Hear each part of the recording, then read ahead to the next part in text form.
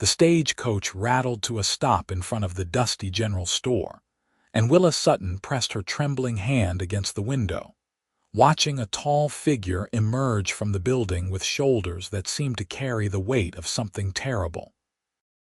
It was April 1878, and Grass Valley, California sprawled before her like a collection of weathered wood and broken promises, the Sierra Nevada foothills rising in the distance under a merciless spring sun.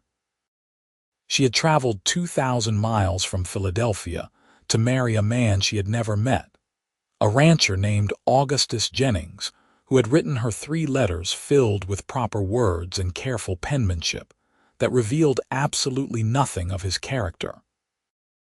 Her cousin Margaret had warned her that men who sought mail-order brides were often cruel, desperate, or hiding something unforgivable.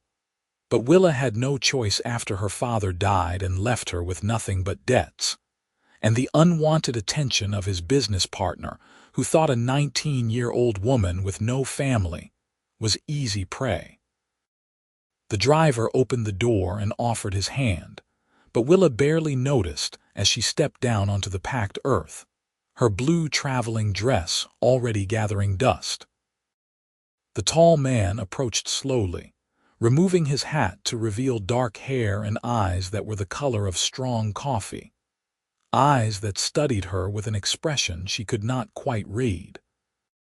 He was perhaps 25, with a sun-weathered face and a jaw that looked like it had been carved from granite, but there was a gentleness in the way he held himself that contradicted everything she had prepared herself to endure. "Miss Sutton." His voice was low and rough, like creek water over stones. "I am August Jennings. I hope your journey was not too difficult." She had expected him to grab her arm, to inspect her like livestock, to show some sign of the brutality Margaret had warned her about. Instead, he kept a respectful distance, his hat held in both hands like a shield between them. "The journey was long, Mr. Jennings. I am grateful it is over. Please call me August. Mr. Jennings makes me think of my father, and that is not a pleasant memory." He gestured toward a wagon hitched nearby, a sturdy vehicle with a seat that had been fitted with cushions that looked newly purchased. "I thought you might be tired. The ranch is about 5 miles north up into the hills. The ride is bumpy, but the view is something to see." Willa nodded and allowed him to help her into the wagon, noting how carefully he supported her elbow without gripping too tightly. Her trunk was loaded into the back, and then August climbed up beside her, taking the reins with practiced ease. As they rolled out of town, she kept her hands folded in her lap, every muscle tense with anticipation of when his kindness would crack and reveal the monster beneath. The hills rose around them, covered in golden grass that rippled like an ocean in the breeze.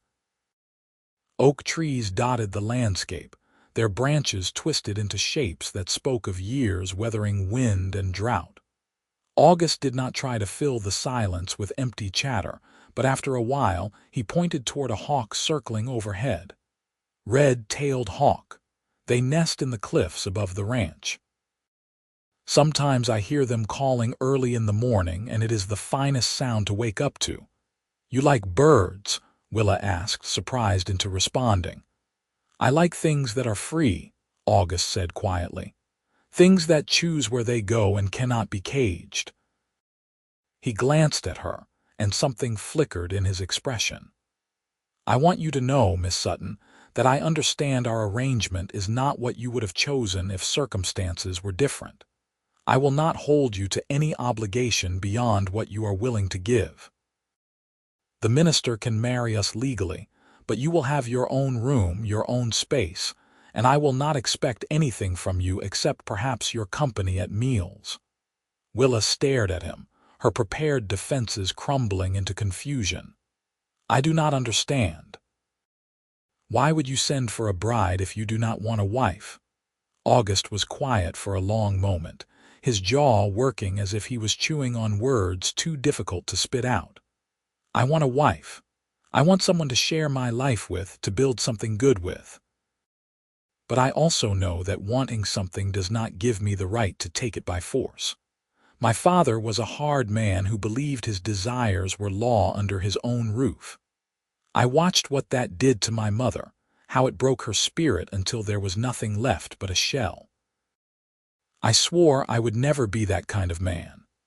The wagon crested a hill, and the ranch spread out below them in a shallow valley cupped between rolling slopes. The house was modest but well built, with a wide porch and windows that gleamed clean in the afternoon light. A barn stood nearby, painted red with white trim, and beyond it stretched corrals and pastures where cattle grazed peacefully. Willa had expected something ramshackle, a bachelor's neglected domain, but everything she saw spoke of care and attention to detail. "It is beautiful," she said, and meant it. "It is home," August replied. "Or at least, I hope it can be for both of us." They descended toward the ranch, and as they drew closer, Willa noticed a garden plot beside the house, already planted with neat rows of vegetables. A chicken coop occupied one corner of the yard, and she could hear the soft clucking of hens settling in for the evening. August pulled the wagon to a stop near the front porch and jumped down, then came around to help her descend. "I have prepared the room at the end of the hall for you," he said, carrying her trunk with an ease that spoke of considerable strength. "It has its own window looking east, so you will get the morning light. I thought you might like that, but if you prefer something different, I can move things around." Willa followed him inside, stepping into a main room that held a stone fireplace, a table with 4 chairs, and a pair of rocking chairs positioned near the hearth. Everything was clean and orderly, with colorful woven rugs on the floor and curtains that looked like they had been sewn by someone who cared about such things. August led her down a short hallway and pushed open a door to reveal a bedroom that took her breath away. The bed was covered with a quilt in shades of blue and green. There was a dresser with an oil lamp already lit, and the promised window showed a view of the hills turning gold in the setting sun. "The necessary is out back, but I am working on getting a proper indoor pump installed," August said, setting her trunk down carefully. "There is fresh water in the pitcher, and I will bring you up some warm water for washing in a few minutes. Supper will be ready in about an hour if you want to rest before then." "You cook?" Willa asked, another assumption shattered. August gave her a small smile, the first she had seen from him. "I have lived alone for 3 years since I bought this place. A man learns to cook or he starves. I am not fancy, but I promise you will not go hungry." After he left, closing the door quietly behind him, Willa sat on the edge of the bed and tried to make sense of everything. She had armored herself for cruelty, prepared herself to endure whatever was necessary to survive. But kindness was something she had no defense against. It felt dangerous in its own way, like a trap that would spring shut once she let herself trust it. Margaret's warnings echoed in her mind, stories of men who played gentle until after the wedding, then showed their true nature when escape was no longer possible. But when August called her to supper an hour later, and she sat across from him at that simple table eating beef stew and cornbread that was actually good, she could not maintain her suspicion in the face of his quiet courtesy. He asked her about her journey, about Philadelphia, about what she liked to read. He listened to her answers with genuine interest, and when she asked him about the ranch, he told her about the difficulties of raising cattle in California, about the drought years and the good years, about his hopes to expand his herd and maybe start raising horses as well. "I could use help with the books," he said carefully. "I can manage the numbers well enough, but my handwriting is poor, and I am not organized about keeping records. If you were willing, I could pay you a wage for handling that side of things." Not much, but enough that you could save money of your own in case you ever decide you want to leave. You would pay me to be your wife? Willa asked, bewildered.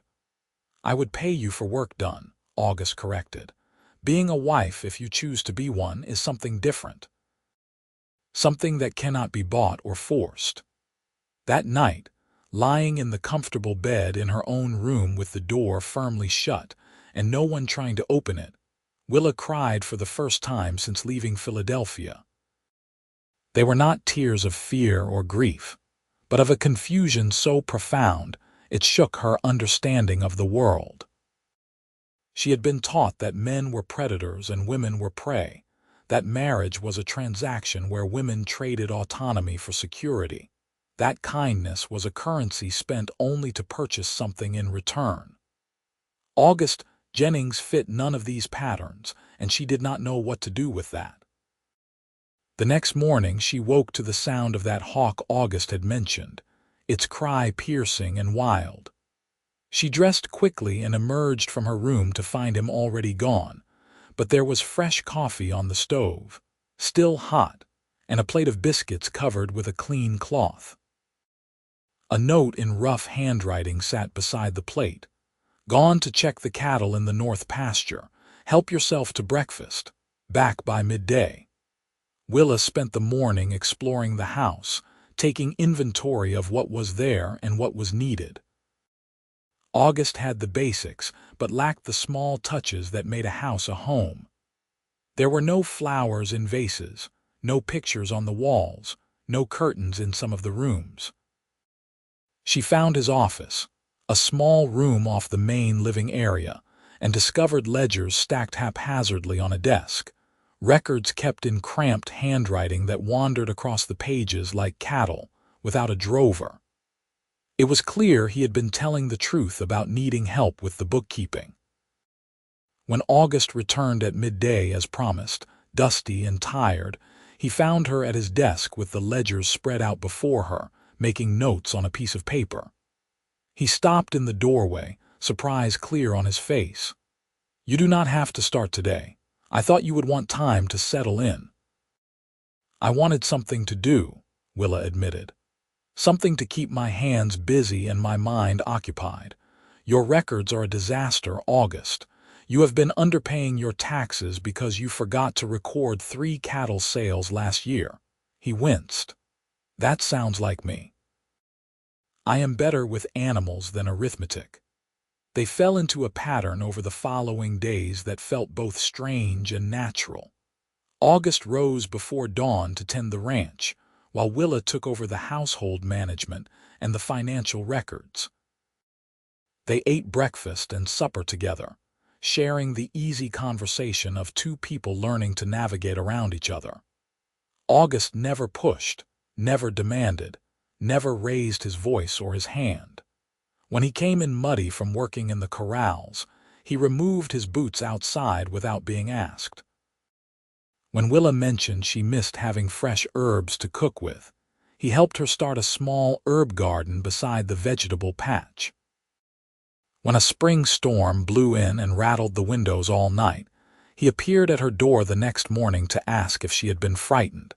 And when she admitted she had been, he offered to teach her about reading the weather so she would know when storms were just noise and when they were dangerous. 2 weeks passed, then 3, and Willa felt herself softening in ways that terrified her. She caught herself watching August when he worked in the yard, admiring the strength in his arms and the careful way he handled even the most stubborn animals. She began cooking things she thought he might like, pleased by the way his face lit up when he tasted something particularly good. She laughed at his dry observations about the neighboring ranchers and found herself sharing stories from her childhood that she had thought she would never tell anyone. But they had not yet addressed the matter of the wedding.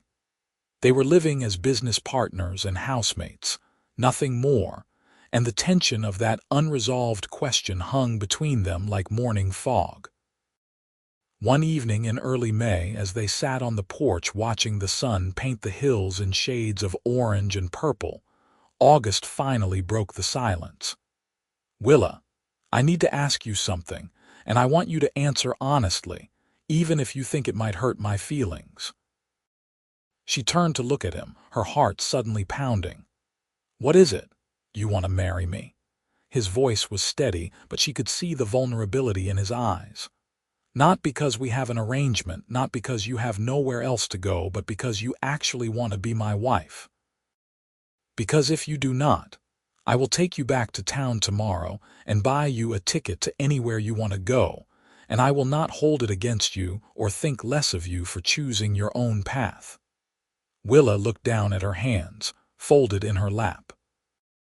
A month ago, she would have said yes without hesitation, grateful for any security she could find. But August had given her something more dangerous than safety. He had given her choice, and with choice came responsibility for her own happiness. "I am afraid," she said quietly, "of me, of myself. Of wanting this too much, of believing in something good and then having it taken away." She raised her eyes to meet his. "You are not what I expected, August. You have been kind and patient and decent, and I do not know if that is really who you are or if you are playing a long game that I am too foolish to see." August was quiet for a moment. Then he stood and walked to the edge of the porch, leaning against the railing. "My father was a prospector who chased gold through California and Nevada, dragging my mother behind him like a piece of luggage. We never stayed anywhere long enough to call it home. When I was 12, he hit her for burning his dinner, and she fell and struck her head on the corner of the stove. She died 3 days later, and he did not even bury her properly, just left her in a pauper's grave and moved on to the next claim." His voice was rough with old pain. "I stayed with him until I was 16 because I did not know what else to do. And then one night he came back to camp drunk and started talking about finding another woman, about how much easier life would be with someone to do the cooking and washing again. He talked about her like she was a tool he had lost and needed to replace. I left that night with nothing but the clothes on my back and a promise to myself that I would never treat another human being like my father treated my mother." Willa felt tears prick her eyes. "I am sorry. I did not know. I do not tell people because I do not want pity. I tell you because you deserve to know why I am the way I am. Why I would rather be alone forever than be the kind of man who takes without asking, who demands without caring." He turned to face her. "I want to marry you, Willa. I want to wake up beside you and fall asleep beside you and build a life that means something. But only if that is what you want too. Only if you can look at me and see a future you actually desire, not just one you are settling for." She stood and crossed to him, her heart hammering so hard she thought it might crack her ribs. "I see you, August. I see who you are, and I see who you are trying to be, and they are the same person. That is what frightens me most, because it means this is real. Real can be good," he said softly. "Real can be the best thing there is." Willa reached out and took his hand, feeling the calluses on his palm, the strength in his fingers. "Then yes, I want to marry you. Not because of an arrangement or an agreement, but because when I imagine my future now, you are in it, and the thought of you not being there makes everything seem empty." August pulled her close, wrapping his arms around her with a tenderness that made her throat ache.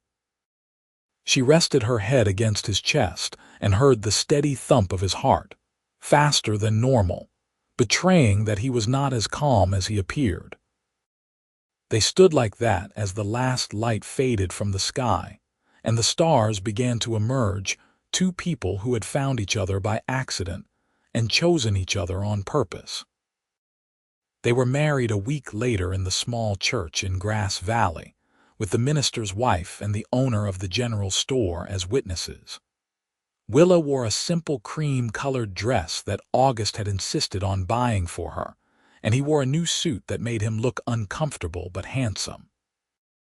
When the minister asked if he would honor and cherish his wife, August looked directly into Willa's eyes and said, "I will," with such conviction that she felt it like a physical touch. The wedding night was gentle and careful, with August asking permission at every step, making sure she was comfortable and wanted to continue. Willa had heard horror stories from married women in Philadelphia, tales of pain and humiliation and duties to be endured, but what she experienced instead was August's patient attention, his focus on her pleasure rather than his own, his willingness to stop and start and learn what she liked. When it was over and they lay tangled together in the bed that was now theirs, she understood that this was what Margaret had never experienced, what her mother had never known. This was what marriage could be when two people cared more about each other than about power. Summer arrived with its scorching heat, turning the hills brown and making the work on the ranch more difficult.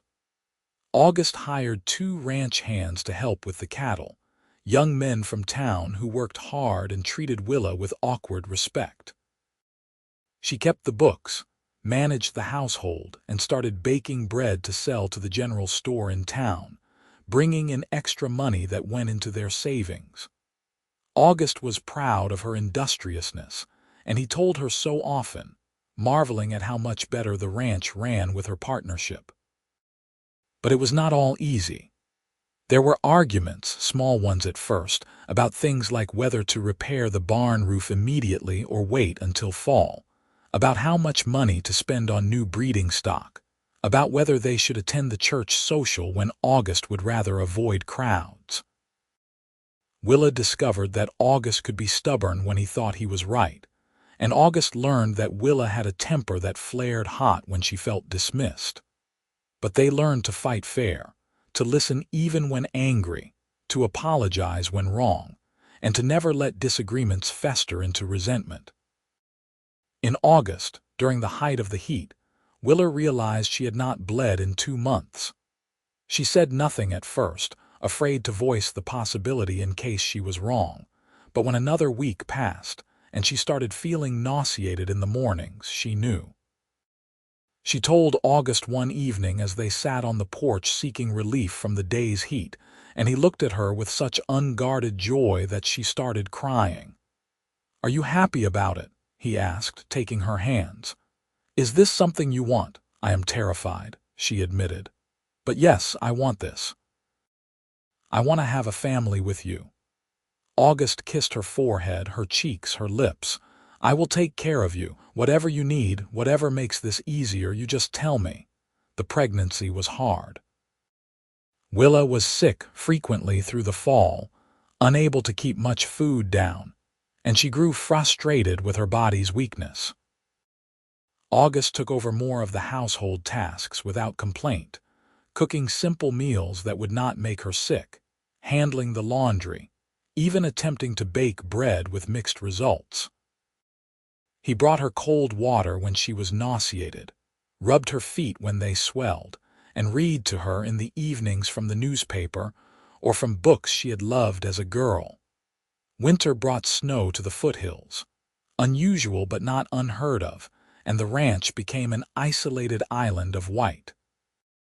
August worked long hours keeping the cattle fed and protected, and Willa worried about him constantly, afraid he would get hurt or lost in a storm. But he always came back, stamping snow from his boots and bringing the cold in with him, and she would wrap him in blankets and make him hot coffee until the color returned to his face. In late February of 1879, when the snow was melting and the first green shoots were appearing in the fields, Willa went into labor. August rode to town through mud that nearly swallowed the horse's legs to fetch the midwife, an older woman named Mrs. Patterson, who had delivered half the babies in the county. The labor lasted 14 hours, and August stayed beside Willa the entire time, holding her hand, wiping sweat from her face, and looking more frightened than she had ever seen him. When their son finally arrived, squalling and red-faced and perfect, August wept openly. "We have a boy," he kept saying, as if he could not quite believe it. "Willa, we have a son." They named him Thomas after Willa's father, and he had August's dark hair and Willa's blue eyes.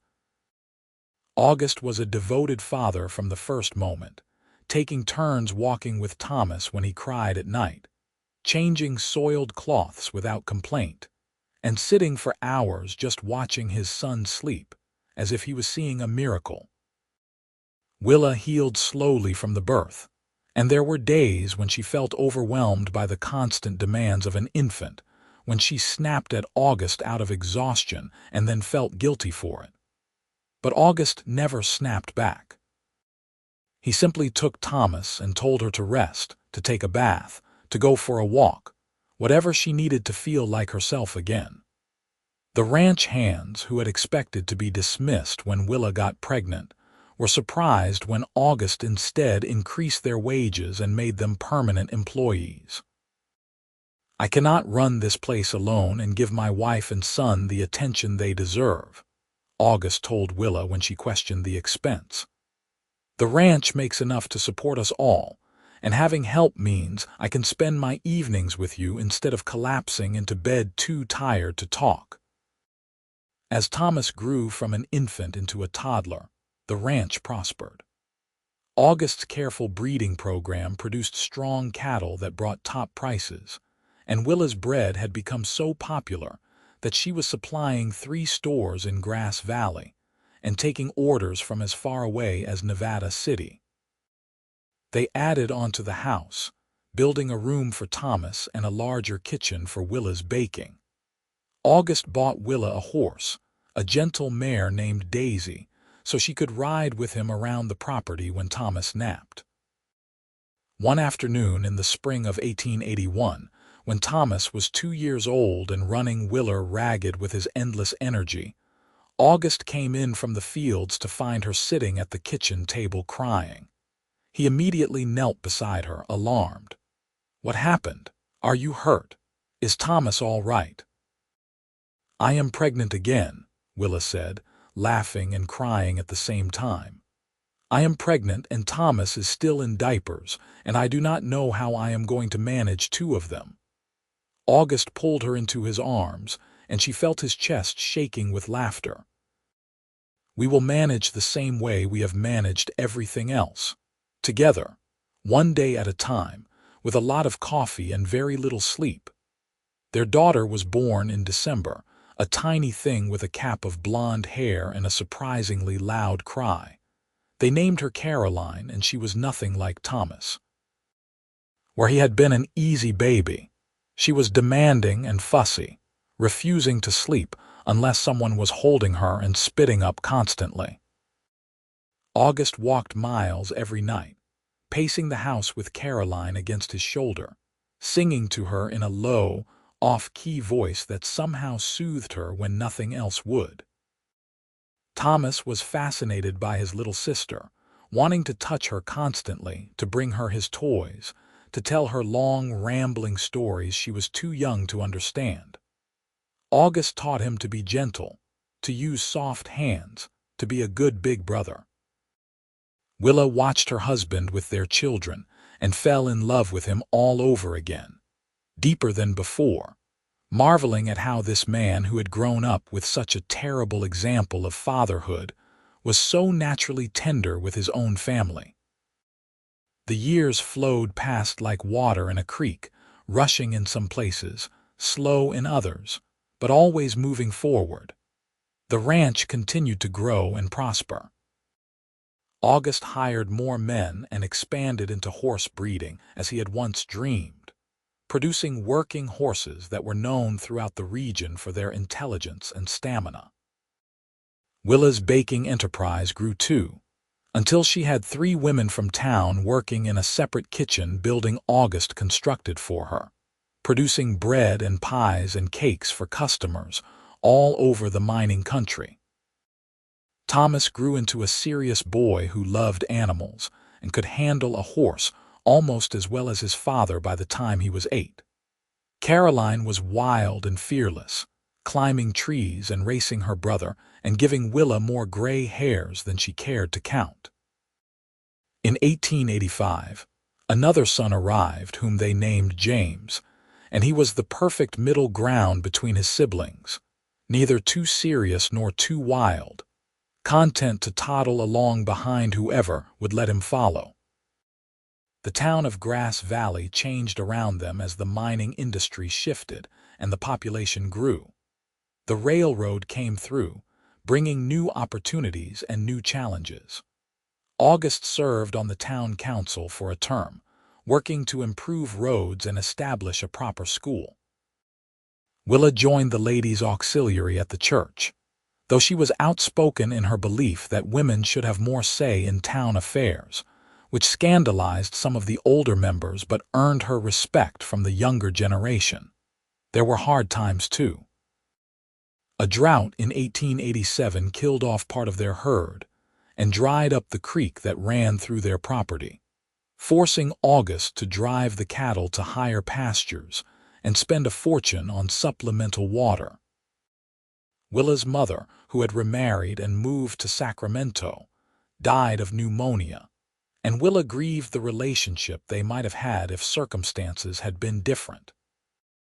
Caroline broke her arm falling out of a tree and developed an infection that terrified them both until the doctor finally got it under control.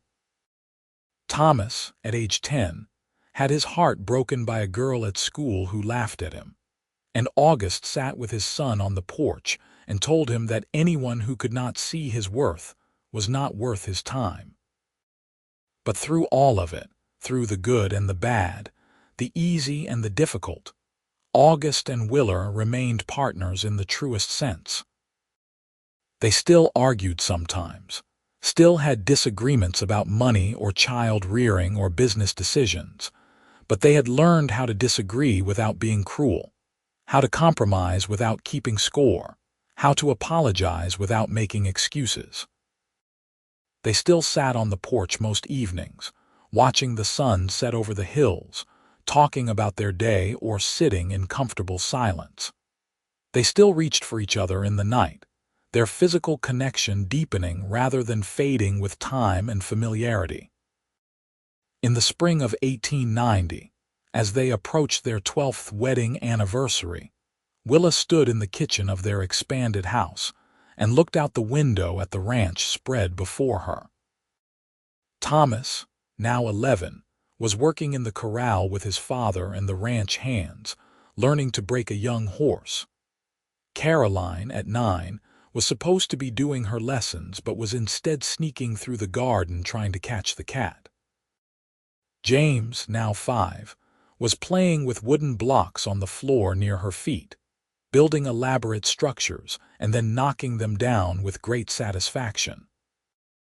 Willa thought back to that girl who had stepped off the stagecoach 12 years ago, terrified and expecting cruelty, armored against a world that had taught her to expect the worst from men and from marriage. She barely recognized that girl now.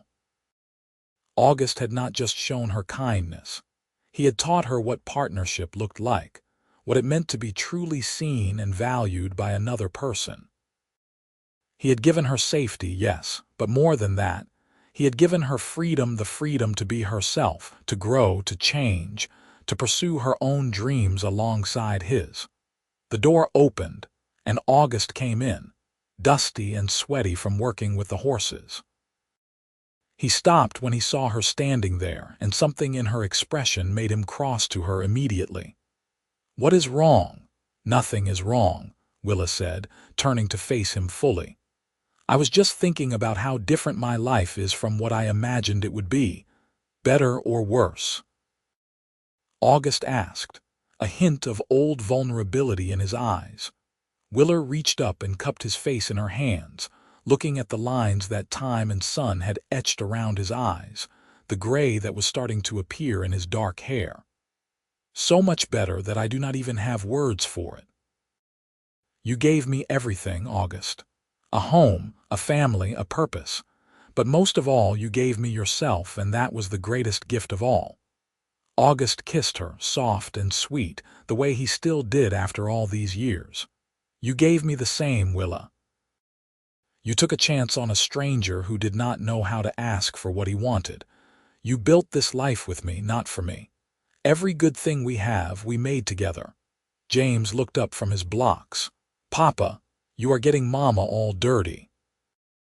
They laughed and broke apart, and August ruffled his son's hair before heading to wash up. Willa returned to preparing dinner, but her heart was full. She thought about that first night, lying in her room crying from confusion, unable to understand kindness because she had been taught to expect only cruelty. She thought about all the small moments that had led them here, the conversations and compromises, the vulnerabilities shared and protected, the trust built one day at a time. That evening, after the children were in bed, August presented her with a gift wrapped in brown paper. Inside was a leather-bound journal, its pages blank and waiting. "I thought you might want to write down our story," he said, "so the children will know someday how we found each other, how sometimes the things we fear the most turn out to be the things that save us." Willa opened the journal and ran her fingers over the first page. "What should I write? The truth. That I was just a cowboy who was too scared of becoming my father to trust himself with another person's heart. And you were a woman brave enough to answer an advertisement from a stranger, because staying where you were was worse than leaping into the unknown. And somehow, against all odds, we found each other and built something real." So Willa began to write, documenting their history in careful handwriting that would last for generations. She wrote about the stagecoach arriving in Grass Valley, about the man who had shown her kindness when she expected cruelty. She wrote about learning to trust, about choosing love every day even when it was hard, about building a partnership that honored both people equally. She wrote about the ranch and the children and the life they had created through stubbornness and hope, and an enormous amount of hard work. The years continued to pass, each one adding new chapters to their story. Thomas grew into a young man who shared his father's quiet strength and his mother's head for business. He took over more of the ranch operations, implementing new ideas while respecting the foundation his parents had built.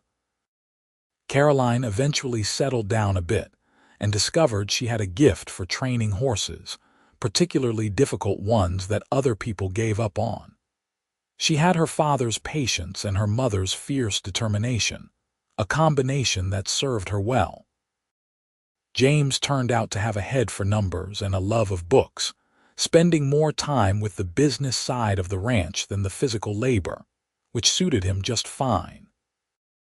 In 1895, when Thomas was 17, he announced his intention to court a girl from town, a sensible young woman named Mary who helped her father run his hardware store. August and Willa gave their blessing, and August took his son aside for a long talk about respect and partnership, and all the things his own father had never taught him. 2 years later, Thomas and Mary were married in the same church where August and Willa had exchanged their vows, and Willa cried through the entire ceremony, remembering her own wedding day and how far they had all come. Thomas and Mary built a house on the ranch property, and within a year, Willa and August became grandparents to a baby girl they named Alina. August was as besotted with his granddaughter as he had been with his own children, spending hours rocking her and telling her stories about the ranch. Willa watched her husband with Alina and felt her heart expand even further, amazed that it was possible to love even more deeply after so many years. Caroline announced at 16 that she had no intention of ever marrying, that she was going to dedicate her life to horses, and did not need a man complicating things. Willa, who had learned not to push her headstrong daughter, simply said that she supported whatever choice Caroline made. August, trying not to smile, told Caroline she was welcome to stay on the ranch forever if that was what she wanted, but she should not write off marriage entirely just because she was young. Caroline rolled her eyes and informed them both that she was nothing like other girls and would not change her mind. She did, of course, change her mind 3 years later when she met a traveling horse trader named Daniel who had been hired by August to help with a particularly difficult stallion. Daniel was one of the few people who could match Caroline's skill with horses, and August and Willa watched with amusement as their daughter fell head over heels for the first time in her life. They were married in 1899, and Caroline admitted to her mother that perhaps she had been a bit hasty in declaring marriage unnecessary. Willa hugged her daughter and said that the right partner made all the difference, which Caroline had to admit was true. James went away to college in San Francisco, becoming the first member of either family to pursue higher education. He studied business and finance, and when he returned to Grass Valley, he helped modernize the ranch's operations, implementing new accounting methods and finding more efficient ways to market their products.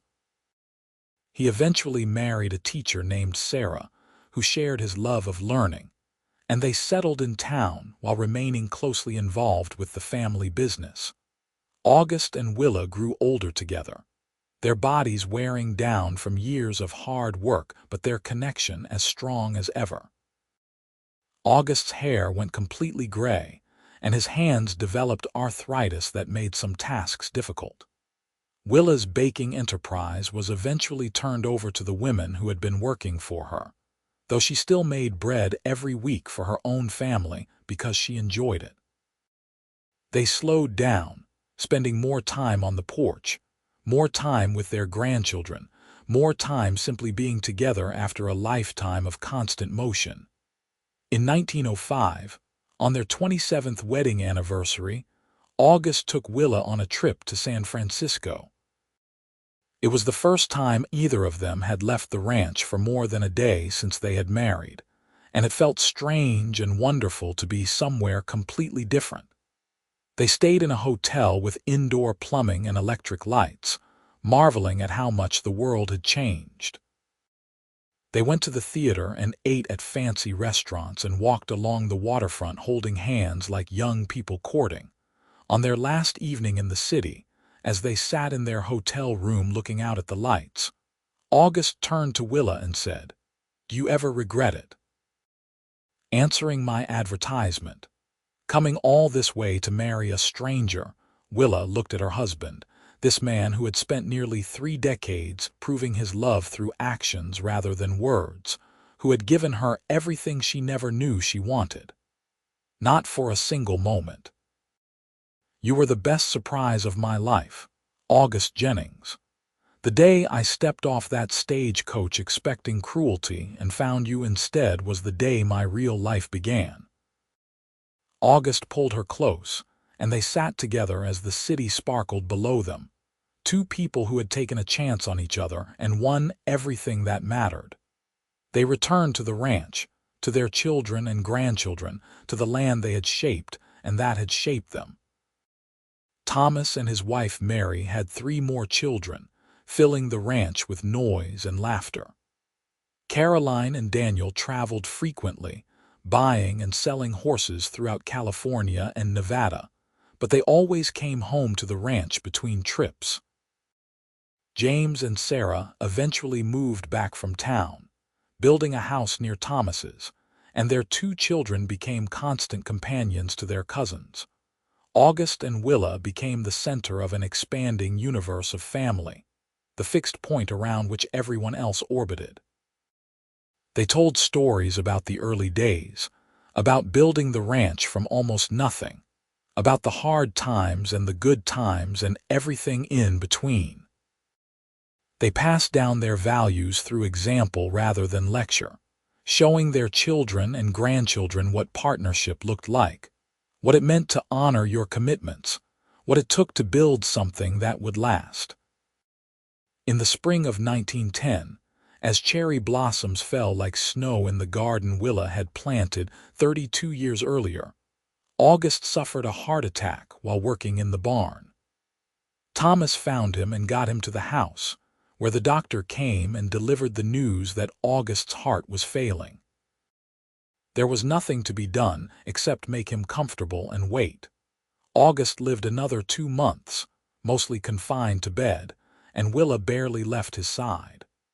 Their children and grandchildren came in shifts, each wanting time with the man who had been their foundation. August was clear-headed until almost the end, telling stories, giving advice, making sure everyone knew how much he loved them. But most of his energy was reserved for Willa, for the woman who had taken a terrified leap into the unknown and landed beside him. "I am not afraid," he told her one evening as the sun set over the hills they had roamed together for so many years. "I have had a good life, Willa, better than I ever imagined possible. You gave me that, you and our children and this life we built." "I am afraid," Willa admitted, tears streaming down her face. "I do not know how to be without you. You will figure it out the same way you figured everything else out. You are the strongest person I have ever known." August squeezed her hand weakly. "And I will never really be gone, not as long as you remember me, not as long as our children and grandchildren carry forward what we taught them." August Jennings died on a June evening in 1910, with Willa holding his hand and their children gathered around his bed. He was 57 years old, and he had spent 32 of those years loving one woman with a devotion that never wavered.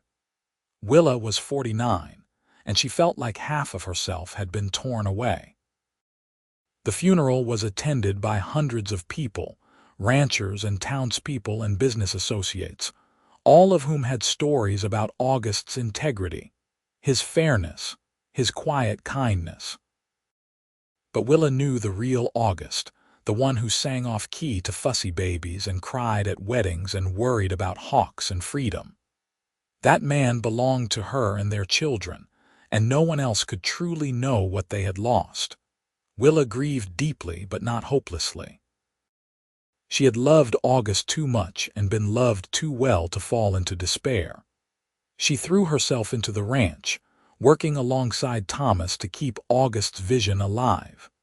She spent time with her grandchildren, passing down the stories and values that had defined her marriage. She finished the journal August had given her, writing down the end of their story with hands that shook but did not falter.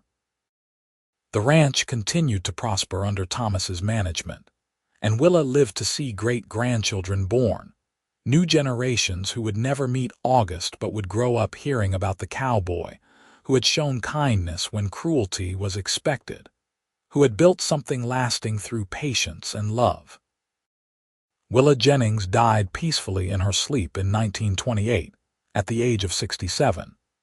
She had lived 18 years without August, but she had filled those years with purpose and family, and the satisfaction of seeing their legacy flourish.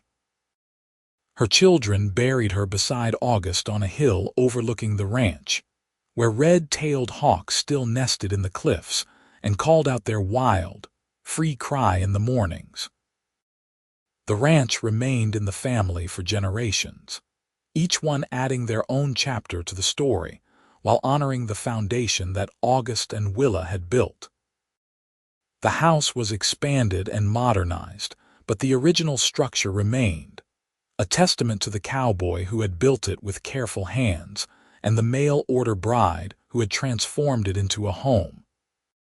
The journal Willa had written was passed down through the family, a treasure more valuable than any property or inheritance, because it contained the truth of how love could triumph over fear, how kindness could overcome cruelty, how two strangers could meet by chance and build something eternal through choice and commitment. And on quiet evenings, when the sun set over the hills and painted everything in shades of gold and orange, if you listened carefully, you might almost hear the echo of their voices on the porch, still talking after all these years, still together in the place where their love had taken root and flourished against all odds.